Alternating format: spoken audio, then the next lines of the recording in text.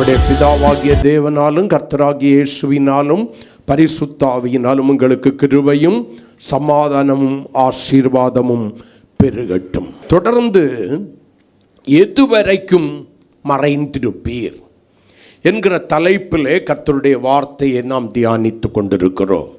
மறுபடியும் சங்கீதத்தின் புஸ்தகம் 89ஆம் சங்கீதம் அதனுடைய 46வது வசனத்தை வாசிக்கலாம். எதுவரைக்கும் கர்த்தாவே நீர் என்றைக்கும் மறைந்திருப்பீரோ, உமது கோபம் அக்கினியை போல எரியுமோ.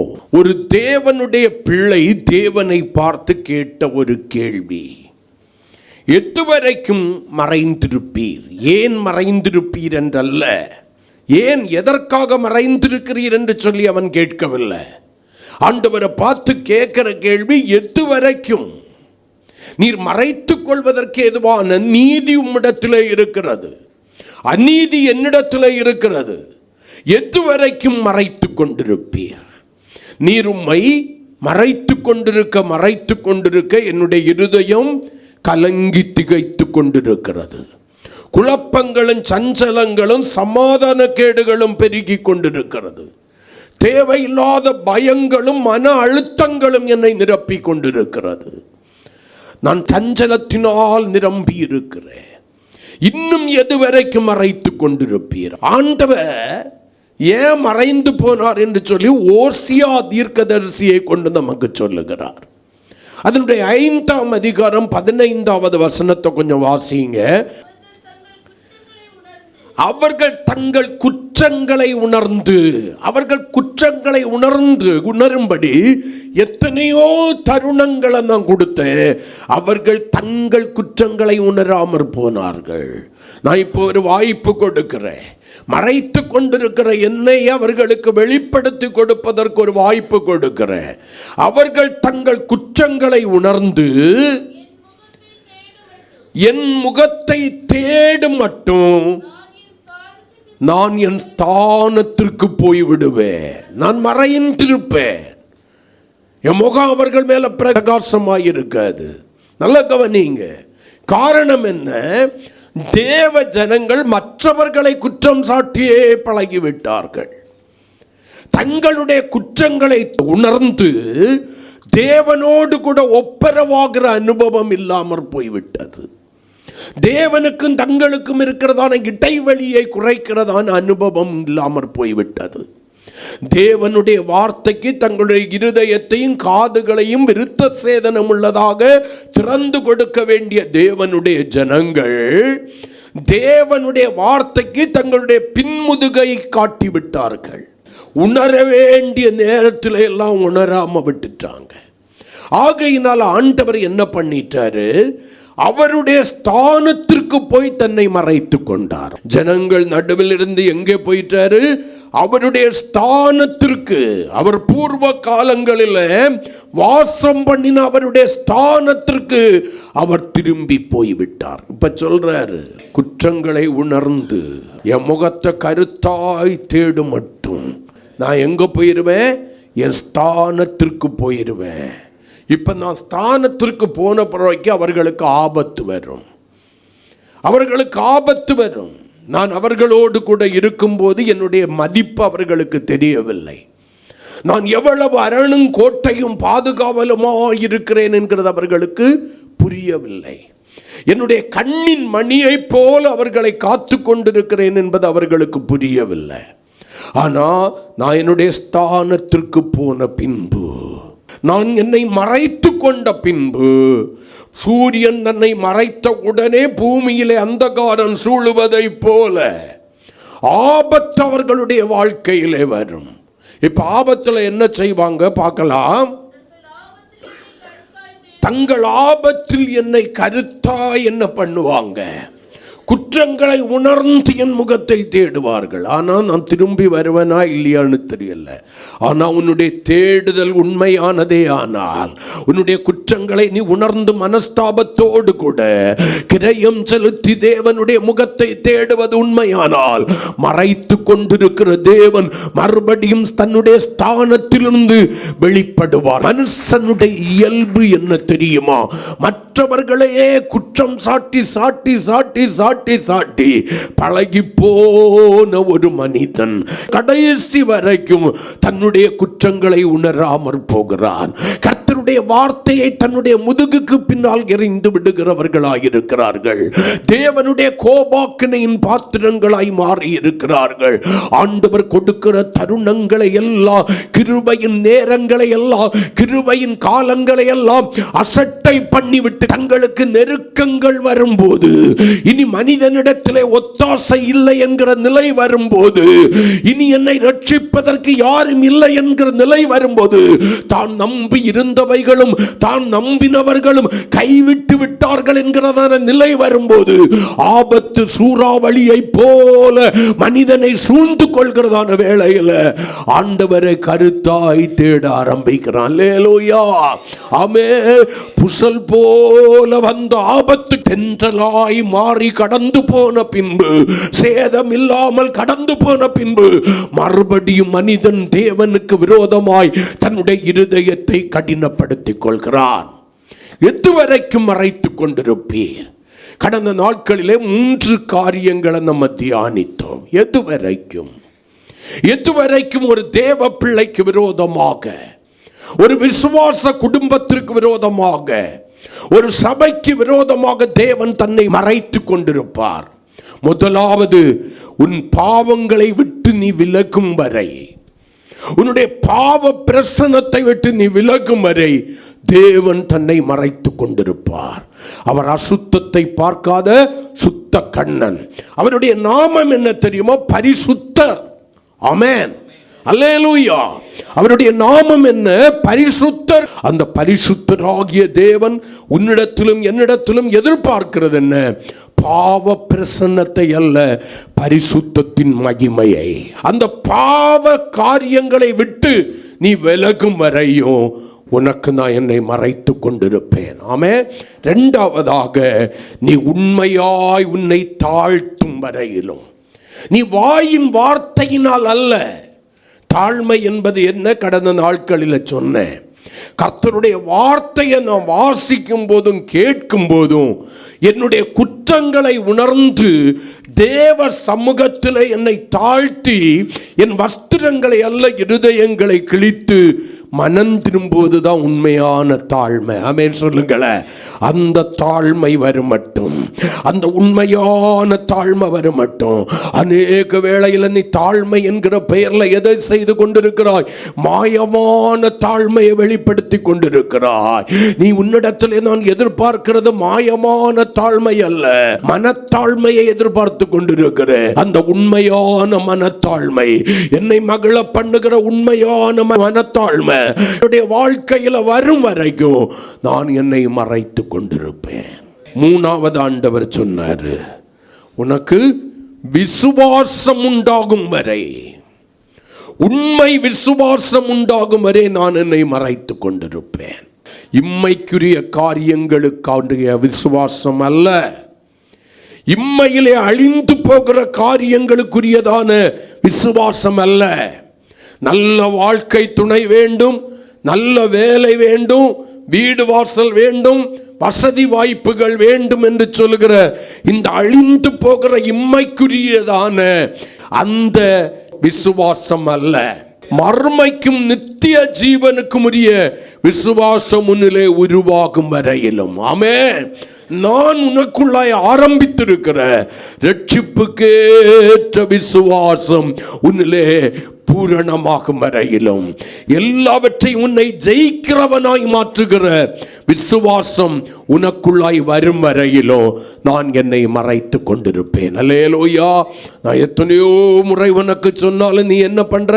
கேளாத செவிட்டனை போல வாழ்ந்து கொண்டிருக்கிறாய். நம்முடைய உள்ளத்துல, நிறைய பேருடைய உள்ளத்துல, ஆண்டவரே நான் இவ்வளவு கூப்பிடுறேன், இவ்வளவாய் உம்மை தேடுகிறேன், நீர் எனக்கு தென்படாமல் இருக்கிறீரே ஆண்டவரே, இன்னும் எதுவரைக்கும் கேளாதவர் போல் மௌனமாயிருப்பீர், எதுவரைக்கும் பாராதவர் போல் மௌனமாயிருப்பீர் ஆண்டவரே, எதுவரைக்கும் எனக்கு விரோதமாக உம்மை மறைத்துக் கொண்டிருப்பீர் என்று சொல்கிற கேள்வியோடு கூட இருக்கிற என்னுடைய சூழ்நிலைகளுக்கு என்னைக்கு ஒரு முடிவு உண்டாக்கும் ஆண்டவரே. வெளியே சிரித்து உள்ளே அழுது கொண்டிருக்கிற என்னுடைய வாழ்க்கையில் என்னுடைய அழுகை களிப்பாய் மாறும்படியாக, என்னுடைய அழுகை களிப்பாய் மாறும்படியாக, படுக்கையிலே நான் வடிக்கிறதான அந்த கண்ணீருக்கு ஒரு முடிவு உண்டாகும்படியாக, இருதயத்தின் வேதனைகளும் சஞ்சலங்களும் மாறும்படியாக ஆண்டவரே, என்னைக்கு நீர் உம்மை எனக்கு வெளிப்படுத்த போகிறீர் ஆண்டவரே, எப்போ நீர் எனக்கு தென்பட போகிறீர் ஆண்டவரே என்று சொல்கிற கேள்வியோடு கூட நீங்கள் இருப்பீர்களே. ஆனால் இந்த சூழ்நிலை எப்பொழுது மாறும், எப்பொழுது உம்மை எனக்கு வெளிப்படுத்துவீர் என்கிற கேள்வியோடு கூட நீங்கள் இருப்பீர்களே. ஆனால் இந்த பகல் காலத்தில் ஆண்டவர் ஏற்கனவே 3 காரியங்களை சொல்லிவிட்டார். இன்றைக்கு நமக்கு சொல்ல போகிறதான காரியம் எண்ணாகமத்தின் புஸ்தகம் 14ஆம் அதிகாரம் 27வது வசனத்தை வாசிக்கலாம். நல்ல கவனிங்க. 26வது வசனத்துல ஆண்டவர் மோசேயும் ஆரோனையும் பார்த்து சொல்றாரு, எனக்கு விரோதமாய் முறுமுறுக்கிற இந்த பொல்லாத சபையாரை எதுவரைக்கும் பொறுப்பேன்? இஸ்ரவேல் புத்திரர் எனக்கு விரோதமாய் முறுமுறுக்கிறத யாரு எனக்கு கோல் சொல்லி தரல, நான் கேட்டேன் என்று சொல்லி ஆண்டவர் சொல்கிறார். அப்ப எதுவரைக்கும் கர்த்தர் ஒரு மனிதனுக்கு தன்னை மறைக்கிறார்? 4வதாக இன்னைக்கு நான் சொல்ல போகிற குறிப்பு எதுவரைக்கும் தெரியுமா? கர்த்தர் உங்களுக்கு விரோதமாய் தன்னை மறைத்து கொண்டிருப்பார். எவ்வளவு கூப்பிட்டாலும் திரும்பி பார்க்காதபடி எப்பொழுது வரைக்கும் தெரியுமா? அவர் தன்னுடைய ஸ்தானத்தில் இருப்பார். தேவ பிரசனத்தை உணர முடியாதபடி ஒரு வாழ்க்கை, தேவனுடையதான பிரசனத்தை உணர முடியாதபடி ஒரு வாழ்க்கை, தேவ சமூகத்தை அனுபவிக்க முடியாதபடி ஒரு வாழ்க்கை, தேவனுடையதான சமாதானத்தை முற்றிலுமாய் அனுபவிக்க முடியாதபடி உள்ள ஒரு வாழ்க்கை, எல்லாம் இருந்தும் தனித்து விடப்பட்டதை போல வெறுமையாயிருக்கிற என்னுடைய இருதயம் வெறிச்சோடி இருக்கிற வாழ்க்கை எதுவரைக்கும் இருக்கும் தெரியுமா? உன்னுடைய முறுமுறுப்புகளை நீ உன்னை விட்டு அகற்றும் வரையிலும் அவர் தன்னை மறைத்துக் கொண்டிருப்பார். அதுவரைக்கும் நீயும் கேள்வி கேட்டுக்கொண்டே இரு. எதுவரைக்கும் ஆண்டவர்கிட்ட இருந்து எந்த பதிலும் உனக்கு வரப்போறது கிடையாது. ஆமென். அவர் சொல்ல வேண்டியதை எல்லாம் என்ன பண்ணிட்டாரு? உனக்கு திட்டமாய் தெளிவாய் சொல்லிவிட்டார். நீ செலுத்த வேண்டிய கிரயத்தை செலுத்தாம உன் குற்றத்தை உணர்ந்து கர்த்தருடைய முகத்தை கருத்தாய் தேடாம இருப்பிட்டு மறுபடியும் மறுபடியும் மறுபடியும் மறுபடியும் எதுவரைக்கும் ஆண்டவரே, எதுவரைக்கும் ஆண்டவரே, எதுவரைக்கும் ஆண்டவரே என்று சொல்லி கேட்டுக்கிட்டு இருப்பேன்னா இந்த வார்த்தை தேவனுடைய செவிகளிலே சென்று சேரப்போவதில்லை. உன்னுடைய வார்த்தைகள் உள்ளே பிரவேசிக்க முடியாதபடிக்கு அவர் மேகங்களினாலே தன்னை மூடிக்கொள்வார். இப்ப நீ என்ன பண்ணணும்? துதிக்கும்படியாக தேவன் உனக்கு தந்த நல்ல வாயிலிருந்து, தேவன் செய்த நன்மைகளுக்காக, தேவன் நடத்துதலுக்காக, தேவ பாதுகாவலுக்காக நன்றி சொல்றதை விட்டு வீணாய் தேவனுக்கு வேதனை உண்டாக்குகிற முறுமுறுப்பான வார்த்தைகளை கர்த்தருக்கு விரோதமாகவும் கர்த்தருடைய பிள்ளைகளுக்கு விரோதமாகவும் நீ வெளிப்படுத்துகிற நபராயிருந்தால் தேவன் உன்னுடைய முறுமுறுப்பை கேட்க மனதற்றவராக, உன்னை பார்க்க மனதற்றவராக தன்னை மறைத்துக் கொள்கிற தேவனாயிருக்கிறார். எதுவரைக்கும் நீ முறுமுறுத்துக் கொண்டிருப்பாய்? எப்பொழுது உன்னுடைய முறுமுறுப்பை உன்னை விட்டு அகற்றுகிறாயோ அப்பொழுது நான் உனக்கு என்னை வெளிப்படுத்துவேன். கடந்து சென்ற மகிமையை மறுபடியும் நீ தரிசிப்பாய். ஆமென். தேவ சமாதானத்தை உன்னுடைய இருதயத்திலும் சிந்தையிலும் நதி அளவாய் அனுபவிப்பாய். என்னை கேட்டுக்கொண்டிருக்கிற எனக்கு பிரியமான தேவனுடைய பிள்ளையே, ஆசீர்வாதமும் சுக வாழ்க்கையும் சமாதான வாழ்க்கையும் உன் பங்காக மாறும். ஆமென் சொல்லுங்களேன். அல்லேலூயா. நீ எல்லாவற்றிலும் வாழ்ந்து சுகமாயிருக்கும்படியான ஒரு வாழ்க்கையை பரலோகத்தின் தேவன் எப்ப தெரியுமா உனக்கு கொடுப்பாரு? உன்னுடைய முறுமுறுப்புகளை உன்னை விட்டு அகற்றுகிறதான வேளையில், முறுமுறுப்புக்கும் உனக்கு எந்த சம்பந்தமும் இல்லை. துதிப்பதற்கென்று கர்த்தர் கொடுத்த வாயினால அவர் செய்த நன்மைகளுக்காக அவரை துதிப்பதை விட்டுவிட்டு கர்த்தருடைய பிள்ளைகளுக்கு விரோதமாய், கர்த்தருடைய ஊழியக்காரர்களுக்கு விரோதமாக நான் ஒருபோதும் முறுமுறுக்க மாட்டேன். உங்களில் சிலர் சொல்லலாம், நான் ஆண்டவருக்கு விரோதமாக ஒருபோதும் முறுமுறுத்ததில்லை. மனுஷர்களுக்கு விரோதமாக தான் நான் முறுமுறுக்கிறேன், மனுஷர்களுக்கு விரோதமாக தான் முறுமுறுக்கிறேன். இதுல என்ன தப்பு இருக்கு? பேச்சு சுதந்திரம் கூட எனக்கு கிடையாதா என்று சொல்லி நீங்க கேட்கலாம். நீங்கள் பேசலாம். மற்றவர்களுக்கு பக்தி விருத்திக்கு ஏதுவான நல்ல வார்த்தைகளை பேசும்படிக்கு நீங்கள் அழைக்கப்பட்டிருக்கிறீர்கள். மற்றவர்களுடைய பக்தியை அற்றுப்போக பண்ணுகிறதான, அவர்களுடைய துக்கத்திற்கு ஏதுவான பிரயோஜனமற்ற வீணான வார்த்தைகளை பேசுவதை தேவனுடைய பிள்ளைகள் தவிர்க்க வேண்டும். தேவனுடைய பிள்ளைகளுடைய வாழ்க்கையில் இருக்க வேண்டிய 3 குவாலிட்டி கலாத்தியர் 5ஆம் அதிகாரம் 26வது வசனம் சொல்கிறது. ஆவிக்குரியவர்களாயிருந்தால், நீங்கள் ஆவிக்குரியவர்களாயிருந்தால், மாமிசத்தையும் அதன் ஆசை இச்சைகளையும் சிலுவையிலே அறைந்து விட்டவர்களாயிருந்தால், ஜென்ம சுபாவத்தை அழித்து ஆவிக்குரிய சுபாவங்களை சுதந்தரித்தவர்களாயிருந்தால் வீண் புகழ்ச்சியை விரும்பக்கூடாது. ஒருவரை என்ன பண்ணக்கூடாது? கோபம் ஊட்டக்கூடாது. ஒருவர் மேலே உங்களுக்கு என்ன இருக்கக்கூடாது? பொறாமை இருக்கக்கூடாது. வீண் புகழ்ச்சியை விரும்பி மற்றவர்களுக்கு முன்பாக சில காரியங்களை நீங்கள் செய்யக்கூடாது. நீங்கள் ஆவிக்குரியவர்கள் அல்ல, மாம்சத்திற்குரியவர்கள். மற்றவர்களை எந்த அளவிற்கு கோபம் ஊட்ட முடியுமோ கோபப்படும்படியான கிரியைகளையும் வார்த்தைகளையும் வெளிப்படுத்தி அவர்களை கோபக்காரர்களாக சித்தரிக்கிறீர்களே, கர்த்தர் உங்களை பொறுத்து கொள்ள மாட்டார். கர்த்தர் உங்களை பொறுத்து கொள்ள மாட்டார். அது ஆவிக்குரியவர்களுடைய சுபாவம் அல்ல. ஆமென், அல்லேலூயா. அது மாம்சத்திற்குரிய ஜென்ம சுபாவத்திற்குரியவர்களுடைய சுபாவம். ஒருவர் மேலையும் பொறாம வரக்கூடாது. ஆமென் சொல்லுங்களேன். வீண் புகழ்ச்சியை விரும்பி தோற்று போகும்போது தான் முறுமுறுக்கிறோம். நம்ம செய்கிற எல்லாத்துக்கும் யாராவது புகழ்ந்துகிட்டே இருக்கணும், நம்ம துதிப்பாடிக்கிட்டே இருக்கணும். நான் சொல்றேன், மனுஷனால் புகழப்படுகிறவனுக்கு ஐயோ என்று வேதம் சொல்லுது. கர்த்தரால் புகழப்படுகிறவனே உத்தமன் என்று கர்த்தருடைய வேதம் கற்றுத்தருது. நீ என்ன பண்ணணும்? உன் எல்லா செய்கைக்கும் மனுஷங்கிட்ட துதியை எதிர்பார்க்காம, புகழ்ச்சியை எதிர்பார்க்காம, கர்த்தருடைய நாமத்திற்குரிய மகிமையும் கனத்தையும் செய்துக்கிட்டு போயிடணும். அவர் உன்னை என்ன பண்ணுவார்? புகழுவார், உன் நிமித்தம் மகிழுவார். அல்லேலூயா.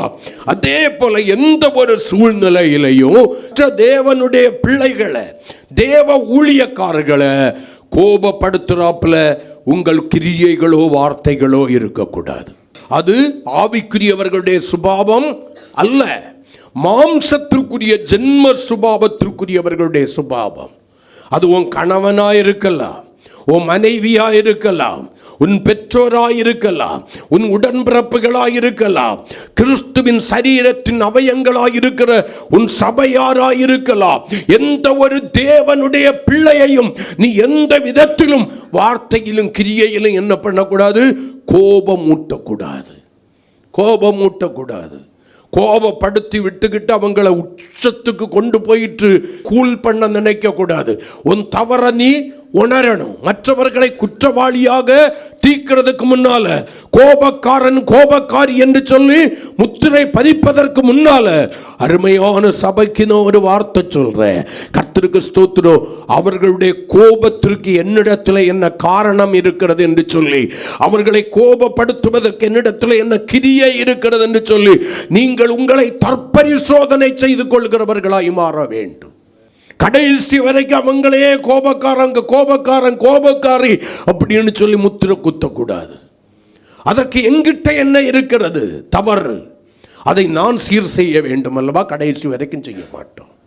முறுமுறுப்பு அடுத்து எங்க வருகிறது? பொறாமையினால. ஆமென். மற்றவர்களை குறித்த பொறாமையினால முறுமுறுக்க ஆரம்பிக்கிறோம். அந்த முறுமுறுப்பை நீங்க அகற்றணும்.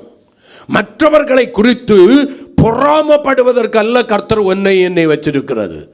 அவர்களுக்கு கர்த்தர் செய்த நன்மைகளுக்காக அவர்கள் துதிக்கிறாங்களோ இல்லையோ, ஆண்டவரே இந்த சிறுமையிலும் இந்த சகோதரனை, இந்த சகோதரி அல்லது இந்த குடும்பத்தை இவ்வளவாய் நீர் கிருபையாய் நடத்தி ஆசீர்வதித்துக் கொண்டிருக்கிறீரே, உமக்கு ஸ்தோத்திரம்னு சொல்லி கர்த்தரை துதிக்கணும். ஸ்தோத்திரம் செய்தலே தகும் என்று சொல்லி வேதம் சொல்லுது. பதிலாக பாரு, வந்த வாழ்வை பாரு, பவுரை பாரு. கர்த்தர் கொடுத்தார், அவன் பிழைக்கிறான். இடையில உனக்கு ஏன் வஞ்சகம்? ஏன் உனக்கு பொறாம? நீ நேர்த்தியாய் நடப்பாயானால் இதை பார்க்கலும் மேலான காரியத்தை கர்த்தர் உனக்கு செய்வார். ஆமென் சொல்லுங்களேன். ஹல்லேலூயா. நீ உண்மையாயிருப்பாயானால், முறுமுறுப்பற்றவனாய் முறுமுறுப்பற்றவளாய் தேவனை துதிக்கிற துதியினால் நிரம்பினவனாய் இருப்பேனா, இதை பார்க்கலும் மேன்மையாக கர்த்தர் உன்னை உயர்த்தி வைப்பா. உனக்கு எட்டாத உயரத்தில் உன்னை கொண்டு வந்து நிறுத்துகிற ஒரு நல்ல தேவன் உனக்கு உண்டு. ஆமென் சொல்லுங்களேன். ஹல்லேலூயா, ஹல்லேலூயா.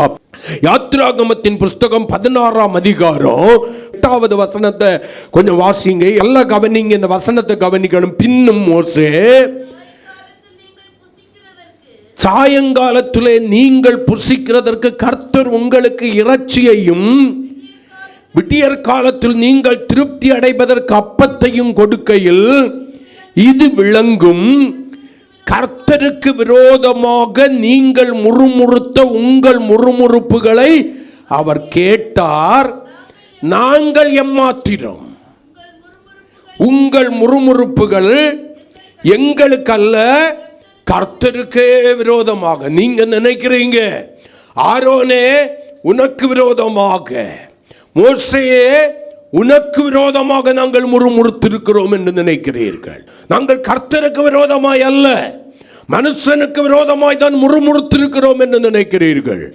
ஆனா நீங்க மனுஷனுக்கு விரோதமாய், மீட்கப்பட்ட தேவ பிள்ளைகளுக்கு விரோதமாய், அபிஷேகம் பண்ணப்பட்ட தேவ பிள்ளைகளுக்கு விரோதமாய் முறுமுறுக்கிற முறுமுறுப்புகள் யாருக்குரியதா? கர்த்தருக்கு விரோதமாய் முறுமுறுக்கிற முறுமுறுப்பா. அந்த முறுமுறுப்பை கர்த்தர் கேட்டார் என்று சொல்லி வேதம் சொல்லுது. ஆமென் சொல்லுங்களேன். இஸ்ரவேலின் முறுமுறுப்பை கொடுத்து சில காரியங்களை வாசிக்கலாம். யாத்திராகமத்தின் புஸ்தகம் 16ஆம் அதிகாரம் 2-3 வசனங்களை கொஞ்சம் வாசிங்க. அந்த வனாந்தரத்திலே இஸ்ரவேல் புத்திரராகிய சபையார் எல்லோரும் மோசேக்கும் ஆரோனுக்கும் விரோதமாக முறுமுறுத்து, நாங்கள் இறைச்சி பாத்திரங்கள் அண்டையிலே உட்கார்ந்து அற்புதத்தை திருப்தியாய் சாப்பிட்ட எகிப்து தேசத்திலே கர்த்தரின் கையால் செத்து போனமானால் தாவளை இந்த கூட்டம் முழுவதையும் பட்டினியால் கொல்லும்படி நீங்கள் எங்களை புறப்பட பண்ணி இந்த வனாந்திரத்திலே அழைத்து வந்தீர்களே என்று அவர்களிடத்திலே சொன்னார்கள். இந்த முறுமுறுப்பதான் கர்த்தர் கேட்டு என்ன பண்ணினாரு? தன்னுடைய கணக்கிலே எடுத்துக்கொண்டார், கரங்களை கொட்டி. அநேக வேளையிலே தேவ பிள்ளைகளுக்கு விரோதமாய் மற்றவர்கள் பேசுகிற வார்த்தைகளை, நடப்பிக்கிற கிரியைகளையும் தேவன் தனக்கென்று தன் கணக்கிலே எடுத்துக்கொள்கிறார். மோசேக்கு விரோதமாக அவன் மீதியான் தேசத்து பெண்ணை விவாகம் பண்ணி இருந்தது நிமித்தம் அவனுடைய சொந்த சகோதரனாகிய ஆரோனும் சகோதரியாகிய மீரியாமும் அவனுக்கு விரோதமாய் பேசுகிறார்கள். அவங்க பேசினது மோசேக்கு விரோதமாக தான். ஒரு வார்த்தை கூட கர்த்தருக்கு விரோதமாய் அவர்கள் பேசவில்லை. ஆனா கர்த்தர் அவர்களை ஆசரிப்பு கூடாரத்தில் அழைச்சு வாசல்ல நிறுத்திக்கிட்டு கேட்கிறாரு, எனக்கு விரோதமாய் நீங்கள் முறுமுறுப்பதற்கு உங்களுக்கு பயம் இல்லாமற் போனதென்ன? எனக்கு விரோதமாய் பேசுவதற்கு அவங்க கர்த்தரை குறித்து பேசவே இல்லை. அந்த வார்த்தைகள் கவனிச்சு பார்த்தீங்கன்னா தெரியும். ஒரு இடத்துல கூட கர்த்தரை குற்றப்படுத்தல. மாறாக நல்லா கவனிங்க, மோசேக்கு விரோதமாய் பேசினார்கள். கர்த்தர் அழைச்சு என்ன பண்றாரு? எனக்கு விரோதமாய் பேசுவதற்கு உங்களுக்கு பயம் இல்லாமற் போனதில்லை என்று சொல்லி கேள்வி கேட்கிறார். அங்குதான் மீரியாம் என்ன பண்ணுகிறாள்? பாளையத்திற்கு புறம்பே தனித்திருக்கத்தக்கதான குஷ்டரோகியாய் மாறி போனாள். என்னை கேட்கிற எனக்கு பிரியமான தேவனுடைய பிள்ளையே, ஜாக்கிரதை.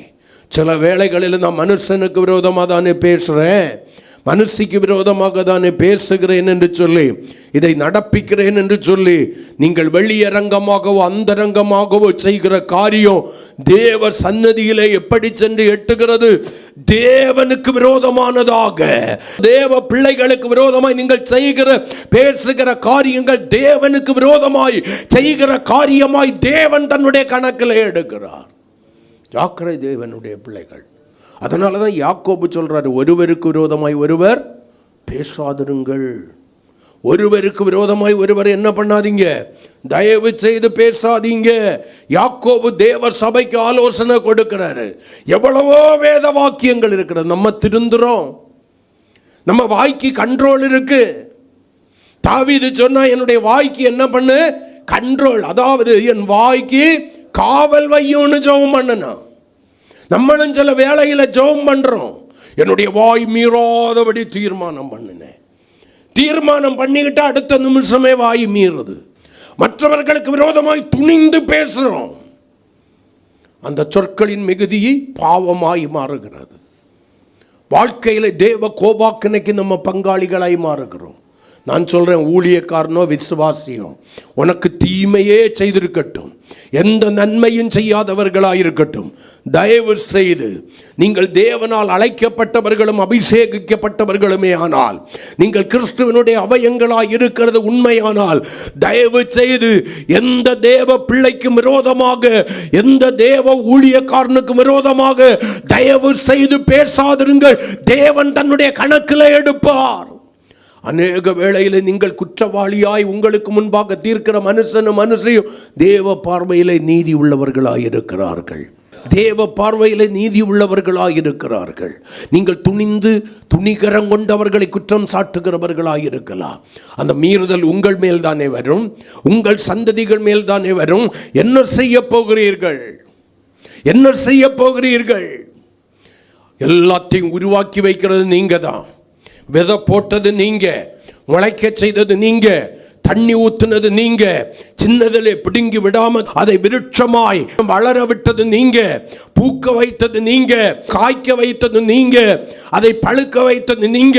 இப்படி உங்களுடைய சீர்கேடான கிரியைகளை எல்லாம் நீங்களே உருவாக்கி வைத்துவிட்டு தேவனுடைய கோபாக்கினையின் பாத்திரமாய் உங்களை மாற்றிக்கொண்டு, தேவன் எச்சரித்து பேசின எந்த வார்த்தைக்கு முன்பாகவும் நீங்கள் உங்களை தாழ்த்தாதபடிக்கு உங்களுடைய முதுகை காண்பித்து விட்டு ஆண்டவரை பார்த்து என்ன நோக்கத்தோடு கேட்கிறீர்கள், எதுவரைக்கும் மறைத்துக் கொண்டிருப்பீர்?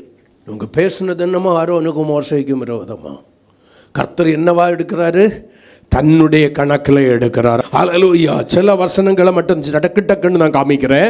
யாத்திராகமம் 17ஆம் அதிகாரம் 3வது வசனத்தில் வாசிக்கலாம். ஜனங்கள் அவ்விடத்தில் தண்ணீர் தவனமாய் இருந்தபடியினால் அவர்கள் மோசைக்கு விரோதமாய் முறுமுறுத்து. பாவம் இந்த மனுஷன். நான் எல்லாம் அடிக்கடி நினைப்பேன் இந்த மோசையை குறித்து. மோசே பூமியில் எங்கு யாரா சாந்த குணம் உள்ளவனா? அந்த மோசையே என்ன பண்ணிட்டாங்க? அந்த சாந்தம் என்கிற எல்லையை தாண்டி கோபத்தின் உச்சிக்கு கொண்டு போயிட்டாங்க. வாசிச்சிருக்கீங்களா பைபிள்ல? ஆச்சரியமா இருக்கும். என் வீட்டில் எங்கும் உண்மை உள்ளவன், மோசையை போல சாந்த குணம் உள்ளவன் பூமியில ஒருவனோ இல்லை. அந்த சாந்த குணம் உள்ளவனையே சாந்தம் என்கிற எல்லையை கடக்க செய்து, தன்னிலை மறக்க செய்து, அவனை என்ன பண்ணது? கோபத்தின் உச்சிக்கு கொண்டு போனது. யோசிக்கணும் தேவனுடைய பிள்ளைகள். மற்றவர்கள் மேலே நீங்க கணவன் மேலே குற்றம் சாட்டிக்கிட்டு இருக்காதீங்க. அவன் கோபக்காரன் கோபக்காரன் கோபக்காரன். அவனுக்கு கோபம் வர்றதுக்கு உங்ககிட்ட என்ன பார்த்து இருக்கு? உன் வார்த்தைகள், உன்னுடைய கிரியைகள் அநேக வேளையில் அவனை கோபப்படுத்தவில்லையா? அவனுக்கு கோபம் வரும் என்பது உனக்கு தெரியும் தானே? அவனுடைய தன்மானத்துக்கு விரோதமாய் நீ தொடுகிறதான வேளையில், தொடர்ந்து உன்னுடைய வார்த்தையின் அம்புகளை அவனுக்கு விரோதமாய் எய்கிறதான வேளையில், அவன் இயந்திரம் இல்லையே, மனுஷன் தானே. உன் மனைவிக்கு ஏன் கோபம் வருது? அவ சரியான கோபக்காரி, பஜாரி. அந்த பஜாரிய பஜாரி ஆக்குறது யாரு? உன்னுடைய வார்த்தைகளும் கிரியைகளும் அல்லவா. உன் பெற்றோரை கோபக்காரன் ஆக்குறது யாரு? கோபக்காரிய மாற்றுறது யாரு? உன்னுடைய வார்த்தைகளும் கிரியைகளும் அல்லவா. முதல்ல உன் வீட்டுக்குள்ளாலே தற்பரிசோதனை செய்து பார். ஒழுங்கீனமான வார்த்தைகள். உன் கணவனை குறித்து உன்னுடைய பிள்ளைகளுக்கு என்ன கற்றுக் கொடுக்கிறாய் என்பதை யோசித்துப்பார். உன் மனைவியை குறித்து எப்படிப்பட்ட நற்சாட்சியை உன் பிள்ளைகளுக்கு சொல்லுகிறாய் என்பதை நீ யோசித்துப்பார். முதல்ல கணவன் மனைவி ஆகிய உங்களுக்குள்ளால கொஞ்சம் யோசிச்சு பாருங்க. யோசித்து பாருங்க. உன் பிள்ளைகளுக்கு எந்த அளவிற்கு முன்மாதிரியாய் நீ இருக்கிறாய் என்பதை யோசித்துப்பார். எதிலேயுமே முன்மாதிரி இல்லை. மற்றவர்களை குற்றம் சாட்டி கொண்டே இருக்கு. குற்றத்தின் மேல் குற்றம் வைக்கிறாய். இப்ப மறுபடியும் வாசிக்கலாம். நீர் எங்களையும் எங்கள் பிள்ளைகளையும் எங்கள் ஆடு மாடுகளையும் தண்ணீர் தாவனத்தினால் கொன்று போட எங்களை எகிப்திலிருந்து ஏன் கொண்டு வந்தீர்? கர்த்தருக்கு ஸ்தோத்திரம். நல்லா கவனிங்க. தண்ணி இல்லாம போனதுக்கும் பழி யாருதான்? இவனா எகிப்தில இருந்து வான்னா எகிப்திலிருந்து கூக்குரலிட்டவர்கள் இவர்கள். பரலோகத்தின் தேவனை பூமியில இறங்கு பெற பண்ணினது இவர்கள். அவர்கள் கூக்குரலின் சத்தம் தேவ சன்னிதானத்தில் எட்டுனதுனாலதான் இந்த ஆண்டவர் பூமியில இறங்கி வர்றாரு. திக்குவாயும் அந்த நாவமாக இருக்கிற மனுஷன் மோசே ஆடை மட்டும் மேய்ச்சிக்கிட்டு இருக்கிறவன். கர்த்தருக்கு ஸ்தோத்திரம். ஒரு மனைவிக்கு 2 பிள்ளைக்கும் தகப்பேன். அவன் சொல்றான், வேற யாரையாவது அனுப்ப ஐயா, எனக்கு இதுக்கெல்லாம் தகுதி கிடையாது, நான் திக்குவாயும் அந்த நாவும் உள்ளவன், எனக்கு இதுக்கும் சம்பந்தம் கிடையாதுன்னு. இல்ல, நீதான் வேணும். அவர்கள் கூப்பிட்டு இருக்கிறார்கள். அவர்கள் அங்கிருந்து மீட்டு நீதான் என்ன பண்ணணும்? பாலும் தேனும் ஓடுகிற நலமும் விசாலமான தேசத்துல கொண்டு போய் நிறுத்தணும்னு அழைத்தவர் ஆண்டவர். எதனால் அழைத்தார்? இவர்களுடைய கூப்பிடுதலின் நிமித்தம். இப்ப குற்றவாளி யாரு? யாரு? மோசே. இதான் நம்ம பண்ணிக்கிட்டு இருக்கிறோம். ஊழியக்காரன் வளைஞ்சு நெளிஞ்சு வாழணும்னு நினைக்கிறோம். நமக்கு ஏற்றபடி மாறணும்னு நினைக்கிறோம். நோ, அவன் கர்த்தருக்கு ஏற்றவனாய் இருக்கட்டும். அவன் கர்த்தருடைய கரத்திலே இருக்கட்டும். அவன் தேவ சித்தம் செய்கிறவனாய் இருக்கட்டும். தேவனுக்கு முன்பாக மட்டும் வளைந்து கொடுக்கிறவனாய் இருக்கட்டும். நீங்கள் அவனை வளைக்க நினைக்காதிருங்கள். அநேக தேவ ஊழியக்காரர்கள் சத்தியத்தை விட்டு விலகி அநியாயத்திற்கு தங்களை விற்று போடுவதற்கு காரணம் அவர்களை வளைக்க நினைத்தவர்கள். அநேக போதகர்களிலே சத்தியம் இல்லாததற்கு காரணம் என்ன தெரியுமா? அந்த சபையார் தொடர்ந்து வைத்த குற்றச்சாட்டுகள், செய்திகளுக்கு விரோதமான முறுமுறுப்புகள், ஊழியக்காரர்களுடைய வாழ்க்கையின் முறைமைக்கு விரோதமான முறுமுறுப்புகள் வளைந்து கொடுக்க செய்தது. அநேகம் சிலுவையை பார்ப்பதற்கு மனதற்றவர்களாய் போய்விட்டார்கள். இந்த பிரச்சனை நிமித்தம் என்ன பண்ணிட்டாங்க? வளைந்து கொடுத்து போயிருவோம், பிழைப்புண்டாகும் என்று நினைக்க ஆரம்பித்து விட்டார்கள். அல்லேலூயா. கடைசியில நீ தான் சொல்ற, எங்க பாஸ்டர் இப்ப பழையது போல இல்லை, விழுந்துட்டான். எங்க பாஸ்டர் எப்படி இல்லை? பழையது போல இல்லை, விழுந்துட்டான். அவனுக்கு மேல தேவையில்லாத முத்திரைகளை குத்துகிறீர்கள். அவன் வளைந்து விழுவதற்கு காரணம் யார்? ஹல்லேலூயா. இப்ப யாத்திராகமம் 15ஆம் அதிகாரம் 2, 3, 24 ஆகிய வசனங்களை வாசிங்க. யாத்திராகமம் 15 சில வசனங்களை வாசிச்சு மட்டும் முடிச்சிருவோம். கர்த்தர் என் பலனும் என் கீதமுமானவர், அவர் எனக்கு இரட்சிப்புமானவர், அவரே என் தேவன், அவருக்கு வாசஸ்தலத்தை ஆயத்தம் பண்ணுவேன், அவரே என் தகப்பனுடைய தேவன், அவரை உயர்த்துவேன். கர்த்தரே யுத்தத்தில் வல்லவர், கர்த்தர் என்பது அவருடைய நாமம்னு சொல்லிக்கிட்டு அவரை துதிச்சவங்க தான் அவரை முறுமுறுக்க ஆரம்பிக்கிறாங்க. நன்மை பெற்ற போது துதித்தவர்கள் இப்பொழுது முறுமுறுக்க ஆரம்பிக்கிறார்கள். ஏன்? கர்த்தரை துதிக்க வேண்டிய காரியத்தில் கர்த்தரை துதிக்கணும். உனக்கு முன்னால இருந்த செங்கடலை கடந்து வர செய்த ஆண்டவரை துதிக்கிறதுக்கு பதிலா மனுஷனை விமர்சிப்பதை முதலாவது நிறுத்து. அவன் நீதிமானா இல்லையா என்பதை கர்த்தர் முடிவு பண்ணட்டும். நீ யாரையும் நீதிமானாக மாற்றவும் முடியாது, அவர்களுடைய நீதியிலிருந்து விழச் செய்யவும் முடியாது. ஒருவேளை உன்னுடைய வார்த்தைகள் அம்பாக சீறி பாய்ந்து அவர்களுடைய நீதியிலிருந்து அவர்களை விழச் செய்யலாம். அந்த சாபத்திற்கு நீ காரணியாயிருவாய். இப்ப வாசிக்கலாம் மறுபடியும். எண்ணாகமத்தின் புஸ்தகம் 13ஆம் அதிகாரம். எண்ணாகமத்துக்கு திருப்புங்க. 13ஆம் அதிகாரம் 32, 33 வசனங்களை கொஞ்சம் வாசிங்க. நாங்கள் போய் சுற்றி பார்த்து வந்த தேசம். நல்லா கவனிங்க எப்படியெல்லாம் முறுமுறுக்கிறாங்கன்னு. தேசம், தன் குடிகளை பட்சிக்கிற தேசம். நாங்கள் அதிலே கண்ட ஜனங்கள் எல்லோரும் மிகவும் பெரிய ஆட்கள். அங்கே ராட்சத பிரவியான யானாக்கின் குமாரராகிய ராட்சதரையும் கண்டோம். நாங்கள் எங்கள் பார்வைக்கு எப்படி இருந்தோம்? வெட்டுக்கிளிகளை போல் இருந்தோம். அவர்கள் பார்வைக்கு அப்படியே இருந்தோம் என்று சொல்லி, இப்படி இஸ்ரவேல் புத்திரருக்குள்ளே தாங்கள் சுற்றி பார்த்து வந்த தேசத்தை குறித்து துர்ச்செய்தி பரம்ப செய்தார்கள். அது நிமித்தம் என்ன நடக்குது வாசிக்கலாம். 14:1-2. அப்பொழுது சபையார் எல்லாரும் கூக்குரலிட்டு புலம்பினார்கள். ஜனங்கள் அன்று ராம் முழுவதும் அழுது கொண்டிருந்தார்கள். இஸ்ரவேல் புத்திரர் எல்லோரும் மோசேக்கும் ஆரோனுக்கும் விரோதமாக முறுமுறுத்தார்கள். சபையார் எல்லோரும் அவர்களை நோக்கி, எகிப்து தேசத்திலே செத்து போனோமானால் நலமாயிருக்கும், இந்த வனாந்திரத்திலே நாங்கள் செத்தாலும் நலம் என்று சொல்லி இப்ப நடத்தி கொண்டு வந்ததான மோசேக்கும் ஆரோனுக்கும் விரோதமா முறுமுறுக்கிறாங்க. எது நிமித்தம்? துர்ச்செய்தியை பார்த்து. ஆனா நற்செய்தி சொல்ற 2 பேர் இல்ல.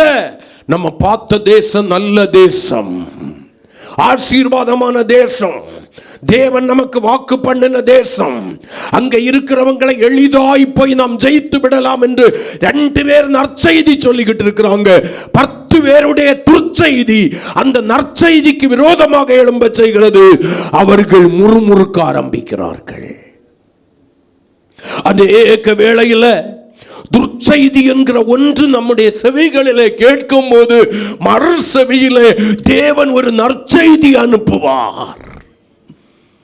துர்ச்செய்திக்கு அடிமைப்பட்டு கிடக்கிற நீ முறுமுறுக்க வேண்டும் என்று உன்னுடைய இருதயத்தை முறுமுறுப்பினாலே நிறைத்து வைத்திருக்கிறபடியினால அந்த நற்செய்தி உன்னுடைய செவிகளிலே ஏறாமற் போகிறது. ஏறினாலும் அந்த நற்செய்திக்கு விரோதமாக நீ கல்லெடுக்கிறவனாயிருக்கிறாய். அருமையான தேவனுடைய பிள்ளையே, கொஞ்சம் யோசித்து பார் வாழ்க்கையின் பகுதியை. எங்கேயோ முறுமுறுத்துக்கிட்டு இருக்கிறோம், எங்கேயோ தவறி கொண்டிருக்கிறோம். மனுஷனுக்கு விரோதமாய் பேசுகிறதை தேவன் கணக்கில் எடுக்க மாட்டார் என்று நினைக்கிறோம். அபிஷேகம் பண்ணப்பட்டவனுக்கும் பண்ணப்பட்டவளுக்கும் விரோதமாக பேசுகிறதையும் செய்கிறதையும் கர்த்தர் கணக்கில் எடுக்க மாட்டார். நானும் அபிஷேகிக்கப்பட்டிருக்கிறேன் என்று சொல்லி பெருமை பாராட்டுகிறோம். உனக்குள்ளால தேவ அபிஷேகம் இருக்கிறது உண்மையானால் மற்றவர்களுக்கு விரோதமாய் நீ எப்படி பேச முடியும்? பரிசுத்த ஆவியானவர் எப்படி உன்னை அனுமதிப்பார்? உனக்குள்ளால இருக்கிறதான பரிசுத்த ஆவியானவர் பாவம், நீதி, நியாய தீர்ப்பை குறித்து கண்டித்து உணர்த்துகிறதற்கு உண்மையான ஆவியானவரை நீ பெற்றிருக்கிறேன்னா மற்றவர்களுக்கு விரோதமாக முறுமுறுக்கிறதற்கு தேவன் உன்னுடைய வாழ்க்கையில அனுமதிக்க மாட்டார். வாய்க்கு காவல் வைப்பார். அவர்கள் எனக்கு தீமையே செய்திருந்தாலும் அவர்களுக்கு விரோதமாய் முறுமுறுக்கிறவனாய் அல்ல, தொடர்ந்து நான் நன்மை செய்கிறவனாய் மாறுவேன். எனக்கு தெரியும் நான் செய்கிற நன்மை தீமையை அழித்து போடும். சில வேளையில் அது கொஞ்சம் நாள் எடுக்கலாம், பரவாயில்லை. நல்ல சத்தமா ஒரு அல்லேலூயா சொல்லுங்களேன். வாழ்க்கை எதை நோக்கி பிரயாணிக்கிறது? எதுக்கெல்லாம் முறுமுறுத்துக்கிட்டு இருக்கிறோம்? முறுமுறுப்புகளை எப்போ ஒன்றை விட்டு அகற்ற போகிறேன்? இப்போ இவர்களுடைய முறுமுறுப்பை குறித்து 1 கொரிந்தியர் 10:10 வாசிக்கிறதான வேளையில் அப்போஸ்தலனாகிய பவுல் சொல்கிற ஒரு காரியத்தை பாருங்க. யாரில் சிலர் புதிய ஏற்பாட்டின் நிழல் சபையாகிய பழைய ஏற்பாட்டு சபையாகிய இஸ்ரவேலரில் சிலர் முறுமுறுத்து சங்காரக்காரனாலே அழிக்கப்பட்டார்கள். அதுபோல நீங்களும் முறுமுறுக்காதிருங்கள். கரங்களை கொட்டி அவர்கள் அழிவுக்குரியவர்களாய் மாறினதை போல ஜீவனுக்குரியவர்களாகிய நீங்கள் அழிவுக்குரியதை தேடும்படி, அழிவுக்குரியதை சம்பாதிக்கிறவர்களாய் மாறும்படி முறுமுறுக்காதிருங்கள். அவர்களுடைய முறுமுறுப்புகள் அவர்களுக்குள்ளால எப்படிப்பட்ட காரியத்தை கொண்டு வந்தது? தேவ தண்டனையை கொண்டு வந்தது, அழிவை கொண்டு வந்தது. இன்னைக்கு சில குடும்பங்கள் கட்டப்படாததற்கு காரணம் என்ன தெரியுமா? அவர்களுடைய வாயின் வார்த்தைகளினாலே கர்த்தர் கர்த்தர் கொடுக்கிறதான நன்மைகளை சீர்குலைத்து போடுகிறார்கள். உங்களுடைய வாயின் வார்த்தைகள் தேவனை கோபம் கொள்ள வைக்கிறது என்று சொல்லி பிரசங்கி எழுதுகிறான். நீ அந்த ரங்கத்தில் பேசினியா, வெளியரங்கத்தில் பேசினியா, மற்றவர்களிடத்தில் பேசினியாங்கிறத கர்த்தர் கணக்கில் எடுக்கிறது கிடையாது. நீ உன் உள்ளத்தில் ஒரு ஆளுக்கு விரோதமாக நீதிமானை குற்றம் தீர்க்க துணிந்தாயானால், அபிஷேகிக்கப்பட்ட தேவ பிள்ளையை குற்றம் தீர்க்க துணிந்தாயானால் கர்த்தரதை கணக்கிலே எடுக்கிறார். உன் நினைவுகளை தூரத்திலிருந்து அறிகிற தேவன் அவர். இவங்க எப்படிப்பட்ட அனுபவத்தை உடையவங்க தெரியுமா? வாசிக்கலாம் 1 முதல் சில வசனங்கள். இப்படி இருக்க சகோதரரை, நீங்கள் எவைகளை அறிய வேண்டும் என்று இருக்கிறேன் என்றால், நம்முடைய பிதாக்கள் எல்லோரும் மேகத்திற்கு கீழாயிருந்தார்கள், எல்லோரும் சமுத்திரத்தின் வழியாய் நடந்து வந்தவர்கள், எல்லோரும் மோசேக்குள்ளாக மேகத்தினாலும் சமுத்திரத்தினாலும் ஞானஸ்நானம் பண்ணப்பட்டவர்கள். நீங்கள் நானும் கிறிஸ்துவினுடைய மாம்சத்தை புசித்து இரத்தத்தை பானம் பண்ணுகிறதை போல எல்லோரும் ஒரே ஞான போஜனத்தை புசித்தார்கள், எல்லாரும் ஒரே ஞான பானத்தை குடித்தார்கள். எப்படி எனில், அவர்களோட சென்ற கண்மலையின் தண்ணீரை குடித்தார்கள், அந்த கண்மலை கிறிஸ்துவே. அப்படி இருந்தும், 5வது வசனம், அப்படி இருந்தும் அவர்களில் அநேகமான பேர்களிடத்தில் தேவன் பிரியமாய் இருந்ததில்லை, ஆதலால் வனாந்திரத்தில் என்ன பண்ணினாங்க, அழிக்கப்பட்டாங்கன்னு சொல்லிக்கிட்டு அவர்களிடத்தில் தேவன் பிரியப்படாமல் இந்த காரியங்களை தொடர்ந்து பட்டியலிட்டுக்கிட்டு இங்கே பவுல் சொல்கிறார், அவர்களில் சிலர் முறுமுறுத்து சங்காரக்காரனாலே அழிக்கப்பட்டதை போல அழிக்கப்பட்டு போனார்கள். அது போல நீங்களை என்ன பண்ணாதுங்க, முறுமுறுக்காதிருங்கள் என்று சொல்கிறார். கரங்களை கொட்டி கர்த்தரை மகிமைப்படுத்துவோமா? அது இஸ்ரவேலருடைய அனுபவம். தேவ சபையாகிய நாம் எவைகளுக்கு முறுமுறுக்கிறோம், எது நிமித்தம் முறுமுறுக்கிறோம் என்று சொல்லி சில காரியங்களை ஒவ்வொரு வசனத்தை மட்டும் நான் ஆழமாக போக மாட்டேன், ஒவ்வொரு வசனத்தை மட்டும் மேலோட்டமாக சொல்லி உங்களுக்கு புரிய வைக்கும்படி வாஞ்சிக்கிற ஆவியானவர் உதவி செய்வாராக. முதலாவது சங்கீதத்தின் புஸ்தகம் 106ஆம் சங்கீதம் 25வது வசனத்தை எடுத்து வாசியுங்களேன். அங்கே ஒரு காரியம் எழுதப்பட்டிருக்கிறது. கர்த்தருடைய சத்தத்திற்கு செவி கொடாமல் தங்கள் கூடாரங்களில் முறுமுறுத்தார்கள். தேவ சபைக்குள்ளால ஏன் முறுமுறுப்பு வருதுன்னா, தேவ சத்தத்திற்கு கீழ்ப்படிய மனமற்றவர்களாக, தேவ சத்தத்திற்கு கீழ்ப்படுத்துவதற்கு மனதற்றவர்களாக முறுமுறுக்க ஆரம்பிக்கிறார்கள். எதற்கு விரோதமாய்? தேவ சத்தத்திற்கு விரோதமாக. சபை எப்படி இருக்க வேண்டும்? அன்புடன் சத்தியத்தை கை கொண்டு தலையாகிய கிறிஸ்துவுக்குள் எல்லாவற்றிலும் வளருகிறதா இருக்க வேண்டும். எல்லாவற்றிலும் கிறிஸ்துவுக்கு ஒப்பாய் வளர வேண்டிய தேவ சபைக்கு தேவன் தன்னுடைய சத்திய வசனத்தை அனுப்புகிறதான வேளையில், சத்தியத்தை அறிவீர்கள், சத்தியம் உங்களை விடுதலையாக்கும் என்று எழுதப்பட்டிருக்கிறது. அந்த சத்திய வசனத்தை அனுப்புகிறதான வேளையில் அதை கை கொண்டு கீழ்ப்படிவதற்கு மனதற்றவர்களாய், தாழ்மைப்படுவதற்கு மனதற்றவர்களாய், அந்த வசனத்திற்கு எதிர்த்து நிற்கிற கோராகும் அவனுடைய கூட்டத்தாரையும் போல முறுமுறுக்கிறீர்கள். தேவ சத்தத்திற்கு விரோதமாய், தேவன் பேசுகிற காரியங்களுக்கு விரோதமாய், தேவனுடைய வார்த்தைக்கு விரோதமாய் முறுமுறுத்து கொண்டிருக்கிறாயோ, தேவ சபையே ஜாக்கிரதையாயிரு, அழிவு உன்னுடைய அருகிலே இருக்கிறது. நீ ஜீவனுக்குரியவன், நீ ஜீவனுக்குரியவள். அழிவிலிருந்து ஜீவனுக்கென்று கர்த்தராகிய ஆண்டவருடைய கிருபையினாலே ரட்சிக்கப்பட்டவன், ரட்சிக்கப்பட்டவள். ஹல்லேலூயா. இனி அழிவுக்குரியதை தேடுகிறவளாய் அல்ல, உன் வாயின் வார்த்தையினாலே அழிவை சம்பாதிக்கிறவளாய் அல்ல. தேவ வார்த்தைக்கு உன்னை கீழ்ப்படுத்துகிறவளாய் மாற வேண்டும்.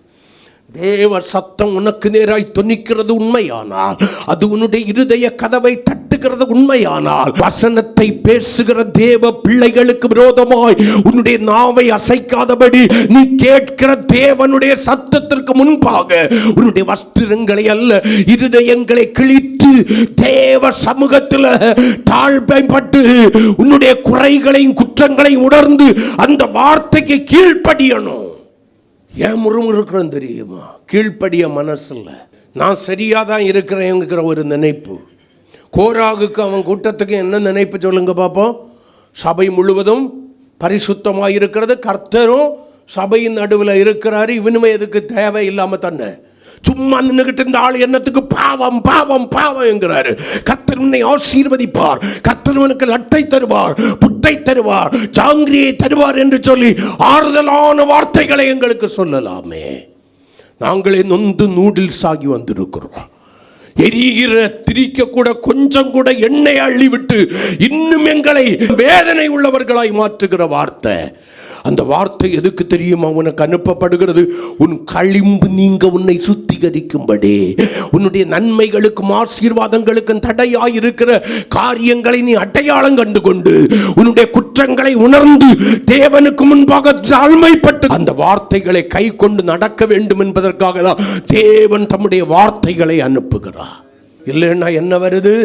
முறுமுறுப்பு வருது, நமக்கு அழிவை கொண்டு வருகிறது. இந்த காலை வேளையில் கொஞ்சம் யோசித்து பாருங்கள். எத்தனை நல்ல வார்த்தைகள், எவ்வளவாய் நம்முடைய இருதயத்தை பிளந்த வார்த்தைகள், செவிகளுக்குள்ளாய் ஊடுருவி சென்ற வார்த்தைகள், தாழ்த்தப்பட வேண்டிய நேரத்தில் தாழ்த்தாமல் தேவனுடைய வசனத்திற்கு முன்பாக என் இருதயத்தை கடினப்படுத்த வார்த்தைகள். எசேக்கியேல் தீர்க்கதரிசி தேவ ஜனங்களை குறித்து ஒரு வெளிப்பாட கர்த்தர் கொடுப்பார்.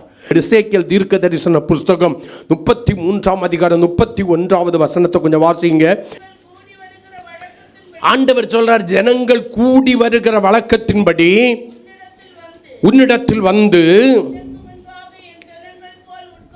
உனக்கு முன்பாக என் ஜனங்கள் போல் உட்கார்ந்து உன் வார்த்தைகளை கேட்கிறார்கள், ஆனாலும் அவர்கள் அவைகளின்படி செய்கிறதில்லை. அவர்கள் தங்கள் வாயினாலே இன்பமாய் பேசுகிறார்கள், அவர்களுடைய இருதயமோ பொருளாசையை பின்பற்றி இருக்கிறது. நல்லதாப்பா வர்றாங்க, என் ஜனங்கள் போல உனக்கு முன்னால இருக்கிறாங்க. ஆனா என்ன? நான் உன்னை கொண்டு அனுப்புகிற வார்த்தைகளுக்கு முன்பாக அவர்கள் தங்களை தாழ்த்துவதும் இல்லை, அவைகளுக்கு கீழ்ப்படிவதும் இல்லை. ஆமென். அதனால தான் இந்த ஜனங்கள் மறுபடியும் சொந்த தேசத்திலிருந்து பிடுங்கப்பட்டு அந்நிய தேசத்தில் அடிமைகளாக விற்கப்படுகிறார்கள், சிறைப்பிடிக்கப்பட்டவர்களாய் செல்லுகிறார்கள். அருமையான தேவனுடைய பிள்ளையே, அழிவு நாசம் அவர்களுக்குள்ளாய் வந்தது. இந்த காலை வேளையில் எந்தெந்த இடத்துல தேவனுடைய வசனத்துக்கு முன்பாக தாழ்மைப்பட்டு கீழ்ப்படியாதபடி வசனத்திற்கு விரோதமாக எதிர்த்து நின்று முறுமுறுத்தாயோ, அந்த பகுதியில் எல்லாம் உன்னுடைய குற்றங்களை உணர்ந்து கர்த்தருடைய கரங்களில் ஒப்புக்கொடு. அழிவில்ல, ஜீவனுக்குரியதை சொந்தரித்துக்கொள். அல்லேலூயா. இரண்டாவதாக, ஏன் சபைக்குள்ளால் முறுமுறுக்கிறோம்? மத்திய எழுதின சுவிசேஷம் 20ஆம் அதிகாரம் 12வது வசனத்தை கொஞ்சம் வாசிங்க. நல்லா கவனிங்க. பிந்தி வந்தவர்களாகிய இவர்கள் 1 மணி நேரம் மாத்திரம் வேலை செய்தார்கள், பகலின் கஷ்டத்தையும் வெயிலின் உஷ்ணத்தையும் சகித்த எங்களுக்கு இவர்களை சமமாக்கினீரே என்று முறுமுறுத்தார்கள். இந்த சப்ஜெக்டுக்குள்ளால, சம்பவத்துக்குள்ளால நாம் போகல. இதில் இருந்து உங்களுக்கு சொல்ல போகிற ஒரு காரியம் என்ன? ஏன் முறுமுறுப்பு சபைக்குள்ளால வருகிறது? மற்றவர்களுக்கு ஒப்பிட்டு உங்களை பார்ப்பதால். நீங்கள் மற்றவர்களுக்கு ஒப்பிட்டு உங்களை பார்க்க வேண்டியவர்கள் அல்ல. மனுஷனில் குறைகள் நிறைவுகள் இருக்கலாம். ஒருவேளை கர்த்தருக்காக மற்றவர்களை பார்க்கல நீங்கள் அதிக பிரயாசப்பட்டவர்களாயிருக்கலாம், அதிக பாடுகளை, நிந்தைகளை, அவமானங்களை அனுபவித்தவர்களாயிருக்கலாம், தொடர்ந்து கர்த்தர் உங்களை ஒரு நிலையோடு கூட வைத்திருக்கலாம். ஆனா ஒரு தகுதியும் இல்லாத சிலர் உங்களுக்கு முன்பாக உயர்த்தப்படலாம். உங்களுக்கு கொடுத்த அந்த கனத்தை கர்த்தர் அவர்களுக்கு கொடுக்கலாம். நீங்கள் இப்பொழுது அவர்களை உங்களுக்கு ஒப்பிட்டு பார்த்து உங்களுடைய வாழ்க்கையினுடைய அனுபவ அனுபவத்தை மேன்மைப்படுத்தி, நீங்கள் கொண்ட தியாகங்களை மேன்மைப்படுத்தி தேவனுக்கு விரோதமாய் முறுமுறுக்கிறவர்களாய் இருக்கக்கூடாது. சபையே, நீ முறுமுறுப்பதற்கு அழைக்கப்பட்டவன் அல்ல, அழைக்கப்பட்டவன் அல்ல. நீ மற்றவர்களுக்கு ஒப்பிட்டு உன்னை நீ அளக்க வேண்டியவன் அல்ல. ஒப்பிட்டு அடையாளம் காண வேண்டியவன் அல்ல. நீ யாருக்கு ஒப்பிட்டு பார்க்கணும் தெரியுமா? கிறிஸ்துவுக்கு உன்னை ஒப்பிட்டு பார்க்கணும். சபை எதுக்கு தெரியுமா? கிறிஸ்துவினுடைய சரீரத்தில் அவயமாய் இணைக்கப்பட்டிருக்கிறது. கிறிஸ்துவினுடைய நிறைவான வளர்ச்சி சபையில் உண்டாகும்படிக்கு, கிறிஸ்துவின் சபை சாயலில் சபை பூரணப்படுக்கும்படிக்கு தான் கர்த்தர் அதை இணைச்சிருக்கிறாரு. தேவஜனமே, தேவஜனமே, இந்த பகல் காலத்தில் ஒன்று சொல்றேன், அநேக வேளையில் முறுமுறுப்பு வர்றதுக்கு காரணம் என்ன தெரியுமா? மற்றவர்களுக்கு ஒப்பிட்டு ஒன்ன பார்க்கிற, மற்றவர்களுக்கு ஒப்பிட்டு பார்க்காத. கர்த்தர் உன்னை வைத்த நிலைமையில மனரம்யமாயிரு. உன்னை அடிமையா வச்சிருக்கிறாரா? அதுக்காக சோத்திரம் பண்ண. உன்னை சுயாதீனா வச்சிருக்கிறாரா? அதுக்காக உனக்கு சோத்திரம் பண்ண. நீ கனம் பண்ணப்படாம உன் நடுவில் இன்னொருவர் கனம் பண்ணப்படுகிறார்களா உனக்கு முன்னால? அதுக்காக ஸ்தோத்திரம் பண்ண. ஆமேன் சொல்லுங்களேன். அவர்களுக்கு ஒப்பிட்டு பார்த்து ஒன்ன நீ என்ன பண்ணாத, முறுமுறுக்காத. மூன்றாவதாக வேகமா போயிடுவோம். லூக்கா 5ஆம் அதிகாரம் 30வது வசனத்தை வாசிப்போம். ஏன் சபைக்குள்ளால முறுமுறுப்பு வருது? வேத பாரகரும் பரிசேயரும் அவருடைய சீசருக்கு விரோதமாக முறுமுறுத்து, நீங்கள் ஆயக்காரரோடும் பாவிகளோடும் போஜனம் பண்ணுகிறது என்னவென்று கேட்டார்கள். மூன்றாவது சபைக்குள்ளால முறுமுறுப்பு வர்றதுக்கு காரணம் பாரம்பரியங்களுக்கு முக்கியத்துவம் கொடுப்பதால். பாரம்பரியங்களுக்கு முக்கியத்துவம் கொடுக்கிறபடியினால தேவஜனம் உலக பழக்க வழக்கங்களாகிய பாரம்பரியங்களை விட்டு கிறிஸ்துவுக்கென்று வேறு பிரிக்கப்பட்டு எழுப்பப்பட்ட அழைக்கப்பட்ட ஜனம். அந்த ஜனம் விட்டு வந்த பாரம்பரியத்துக்குள்ளால மறுபடி போகக்கூடாது. விட்டு வந்த உலக பழக்க வழக்கங்களுக்கு மறுபடி முக்கியத்துவம் கொடுக்க கூடாது. எனக்கு ரட்சிக்கப்பட்ட என்ன சொல்ற தேவ பிள்ளைகளுக்குள்ள, ஊழியம் செய்யற என்ன சொல்ற தேவ பிள்ளைகளுக்குள்ள உலக பாரம்பரியங்கள் மலிந்து கிடக்கிறது. பிரமாணங்களுக்கு முக்கியத்துவம் கொடுப்பதை பார்க்கிறோம், பாரம்பரியங்களுக்கு முக்கியத்துவம் கொடுக்கிறாங்க. இல்லாத கிறிஸ்துமஸுக்கு முக்கியத்துவம் கொடுக்கிறாங்க. உண்மையாய் தன்னுடைய உள்ளத்திலே இயேசு பிறப்பதற்கு இடம் கொடுப்பதில்லை. ஆமீன் சொல்லுங்களேன். வேதத்தில் எழுதப்படாத ஈஸ்டருக்கும் உயிர்த்தெழுதலுக்கும் முக்கியத்துவம் கொடுக்கிறாங்க.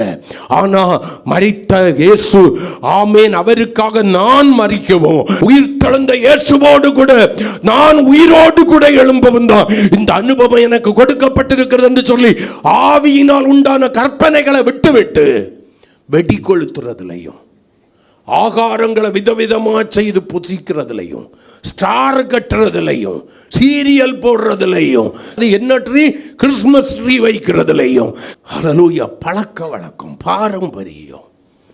எல்லாரும் வெடிக்கிறாங்க. நான் மட்டும் வெடிக்க கூடாதா என்ன? வெட்டி கர்த்தர் தந்த ஆசீர்வாதத்தை கரியாக்கு. பாரம்பரியத்து நிமித்தம் அந்த பழக்க வழக்கங்களுக்கு இந்த காரியம் மட்டும் இல்லை, நிறைய பாரம்பரியம் உண்டு.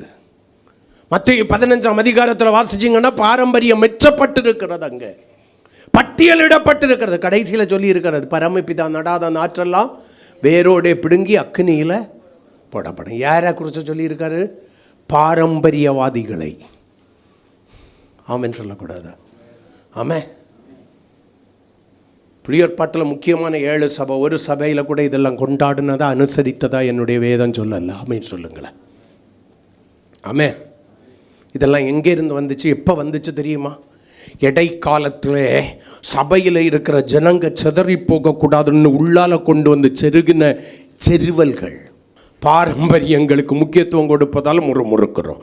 ஆமென். யோவான் எழுதின சுவிசேஷம் 7ஆம் அதிகாரம் 12வது வசனம், 4வது யோவான் 7ஆம் அதிகாரம் 12வது வசனம். ஜனங்களுக்குள்ளே அவரை குறித்து முறுமுறுப்புண்டாயிற்று. ஆமென். யாரை குறித்து? நன்மை செய்வதற்கு மனுஷகுமாரனாய் வந்த தேவகுமாரனாகிய இயேசுவை குறித்து முறுமுறுப்புண்டாயிற்று. என்ன முறுமுறுப்பு? வாசிமா. சிலர் அவரை பார்த்து சொல்றாங்க, இந்த ஆளு நல்லவன். வாசிமா. வேறு சிலர் அப்படி இல்லை, இவன் ஜனங்களை வஞ்சிக்கிறவன் என்று சொல்லிக் கொண்டார்கள். அப்படிதான் முறுமுறுக்கிறாங்க. அப்போ ஏன் தவறான புரிந்து கொள்ளுதல் உங்களுக்குள்ளாய் வரும்போது முறுமுறுக்கிறீர்கள்? தேவனை குறித்த மிஸ் அண்டர்ஸ்டாண்டிங், தேவ ஊழியக்காரர்களை குறித்த மிஸ் அண்டர்ஸ்டாண்டிங், தேவ பிள்ளைகளை குறித்த மிஸ் அண்டர்ஸ்டாண்டிங், தவறான புரிந்து கொள்ளுதல் உங்களுக்குள்ளாய் வருகிறபடியினால என்ன பண்றீங்க? முறுமுறுக்கிறவர்களாய் மாறி போகிறீர்கள். நீங்கள் தெளிந்த புத்தி உள்ளவர்களாய் இருக்கணும். எல்லா காரியங்களையும் நிதானித்தறிந்து உண்மை தன்மையை புரிந்து கொள்கிறவர்களாய் இருக்கணும். தவறான புரிந்து கொள்ளுதல், ஆண்டவரை குறிச்சும் சரியான புரிதல் இல்லை, தேவ ஊழியக்காரனை குறிச்சும் சரியான புரிதல் இல்லை, தேவ பிள்ளைகளை குறித்து சரியான புரிதல் இல்லை. தவறான புரிந்து கொள்ளுதல் முறுமுறுப்புகளை உருவாக்குகிறது. 5, மற்றவர்களை உபசரிக்க மனம் இல்லாமை முறுமுறுப்புகளை உருவாக்குகிறது. 1 பேதுரு 4ஆம் அதிகாரம் 9வது வசனம். 1 பேதுரு 4:9. வேகமா முடிச்சிடலாம், கவலைப்படாதீங்க, பக்கத்தில் வந்துட்டேன். முறுமுறுப்பில்லாமல் ஒருவரை ஒருவர் உபசரியுங்கள். தேவ சபை ஒருவரை ஒருவர் என்ன பண்ணணும்? உபசரிக்கணும்.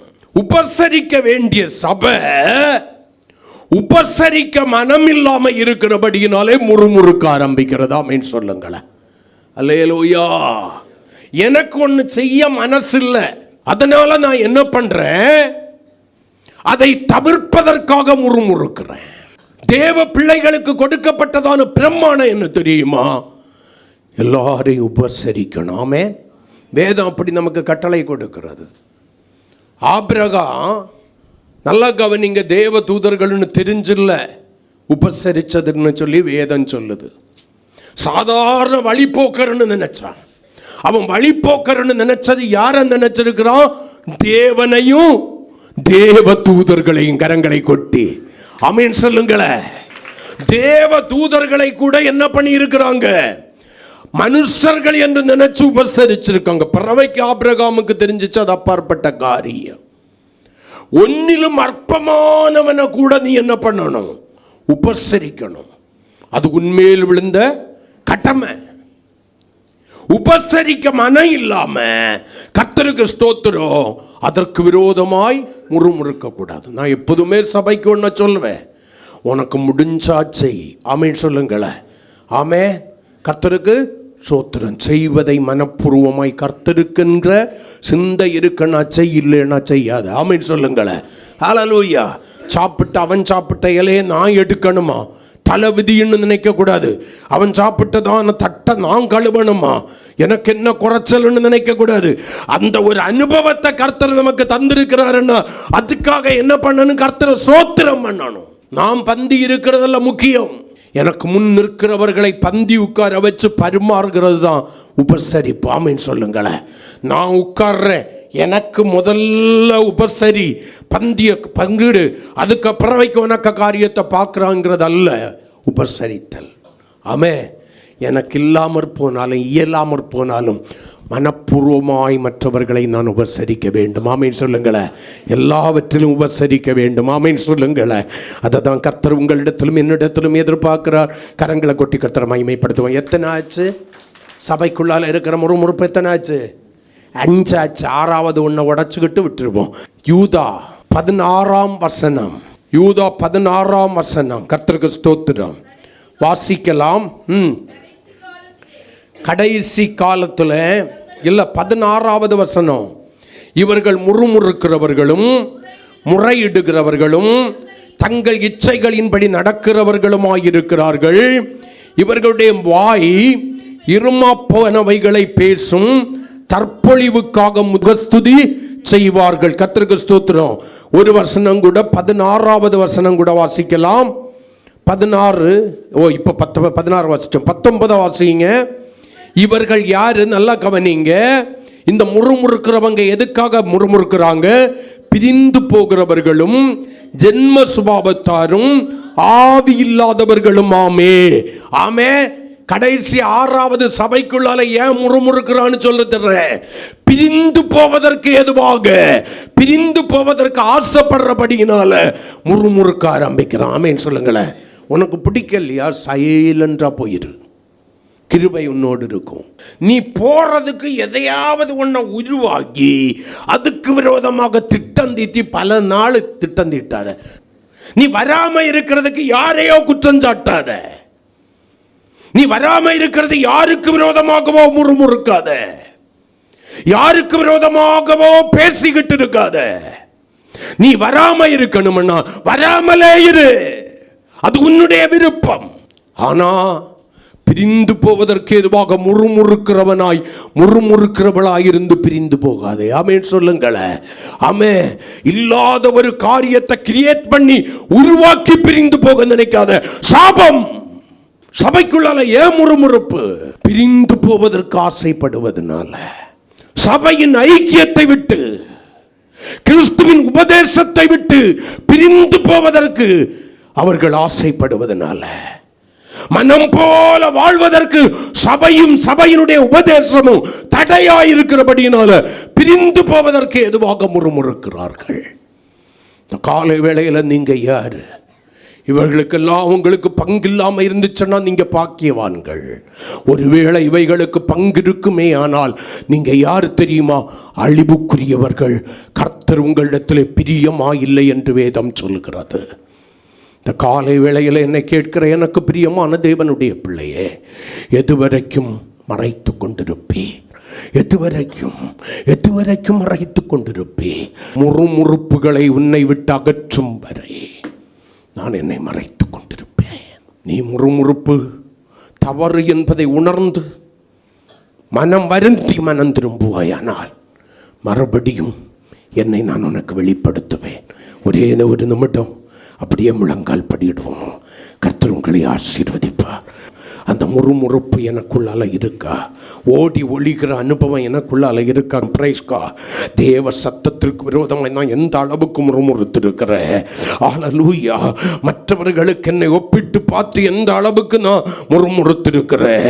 பாரம்பரிய காரியங்களுக்கு முக்கியத்துவம் கொடுத்து எந்த அளவிற்கு நான் முறுமுறுத்திருக்கிறேன்.